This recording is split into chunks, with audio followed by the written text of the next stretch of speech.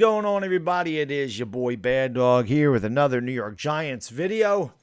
Thank you for watching, guys. Girls, really do appreciate it. Do me a favor, hit that like button, hit the subscribe button, make sure you ring the bell. There's going to be a ton of Giants content on this channel within the next few days. Thank you, everybody that stopped in today for the live show between 11 and 1 with myself and the Up Tainah Talking Sports.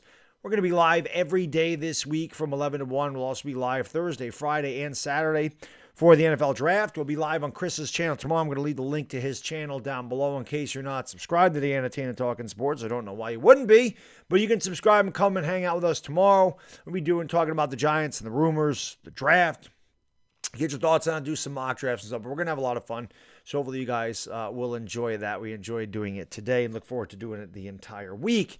This is also lying season. With the draft, there's always smoke screens, trade rumors, and everything else that go on. And I want to talk about Kayvon Thibodeaux because there has been rumors out there that the Giants are not interested in Kayvon Thibodeaux because of his work ethic or lack thereof, and perhaps his personality, the next Jadeveon Clowney, whatever. Kayvon Thibodeaux has no issue with his own confidence saying he's the best player of the draft, and some people would tell you he is the best player in the draft. The Giants' need for a defensive pass rusher is long overdue. We need a playmaker on defense, and if he's there at 5, in my opinion, there's no way the Giants can afford to pass on him. We passed on Micah Parsons last year. That could have been a mistake. Only time will tell. We'll see what Kadarius Toney is and what we get with the 7th overall pick in this year's draft to know if we really failed on that pick again by Gettleman or if this ended up working out. But I just want to quote Peter King, and see how I do this, Michael K. I'm giving Peter King credit because this is where I'm getting my information from, Michael K. You know, I don't just go out there and act like this is mine.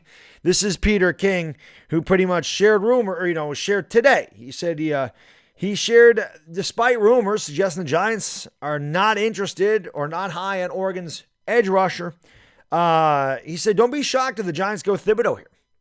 He said lots of stuff out there right now about the Giants being down on Thibodeaux, but I can tell you they're interested and have done a ton of work on him since his pro day. Based on talent upside, Thibodeaux is probably the best player available in the draft class. So Peter King, who knows his stuff and obviously knows the New York Giants well, obviously has a very different perspective on the rumors out there that say the Giants are not interested in Thibodeaux. Now, the one thing I'll say about Kayvon Thibodeaux, and it may have worked out in the Giants' advantage, was that he only ran the 40, and he killed the 40. And then he decided not to partake in any other drills in the combine. I've said this for years now. I believe the combine is overblown. Yeah, the combine definitely shows some skill sets, and it shows a lot of other things. It shows how fast they are off the ball. It shows how good they are at drills.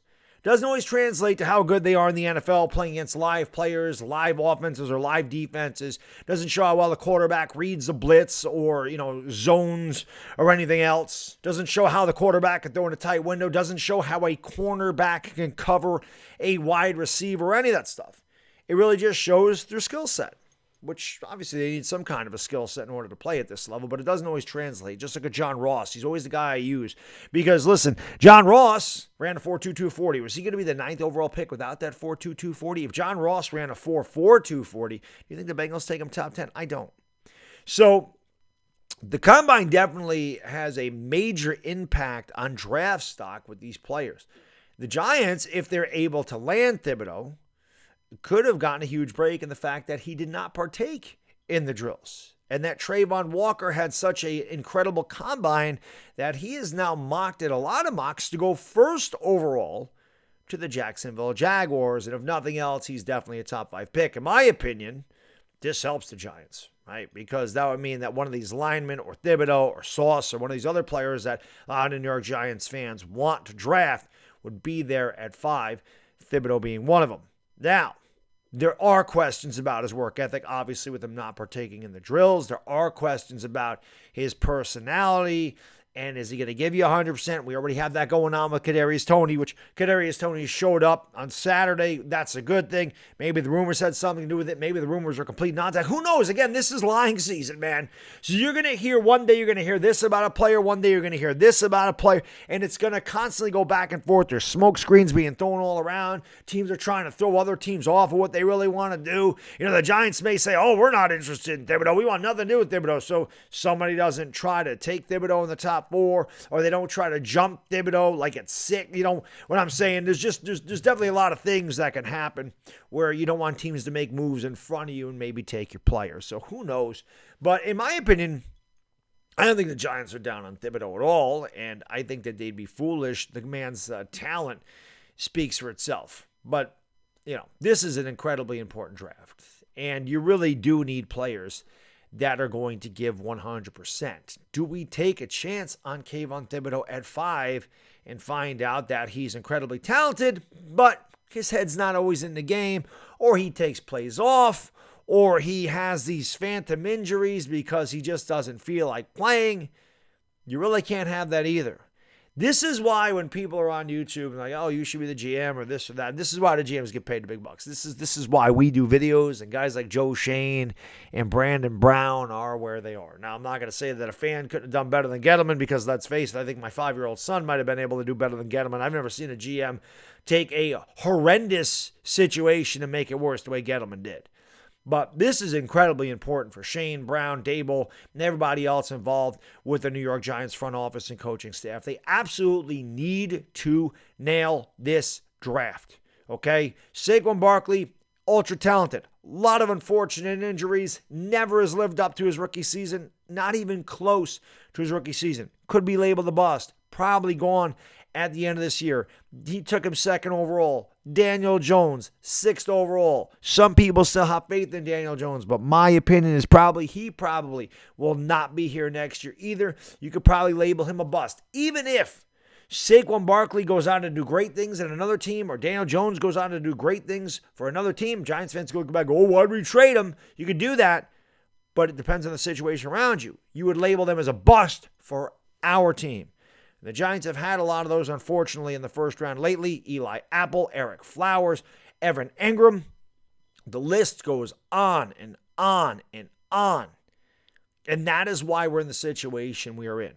Not only because we sign really bad contracts and guys that don't ever seem to live up to their potential here, but the fact that we consistently miss on first-round picks going all the way back to 2015. It was Flowers. It was Apple. Okay? It was Engram. Then it was Barkley. Then it was Jones and Dexter Lawrence and DeAndre Baker. And Dexter Lawrence will probably be back here for 5th year, but has he really lived up to being a 17th overall pick? DeAndre Baker's not even here anymore. Andrew Thomas seems like he could be that guy. And we don't know what Kadarius Toney is. But there is no way the Giants can miss on these picks. Me personally, and again, I'm a fan. What do I know, right? I just know how I feel as a fan and in my heart. If Kayvon Thibodeaux's there, I think you got to take a chance at the guy. You have got to hope that your coaching staff, which is what their job is, to get the most out of the guy. But we need a disruptor on defense. We need a guy that can get to the quarterback. We need that in the worst way, because so many times you're seeing our secondary play soft zone because we have no pass rush. You don't want to give up the big play.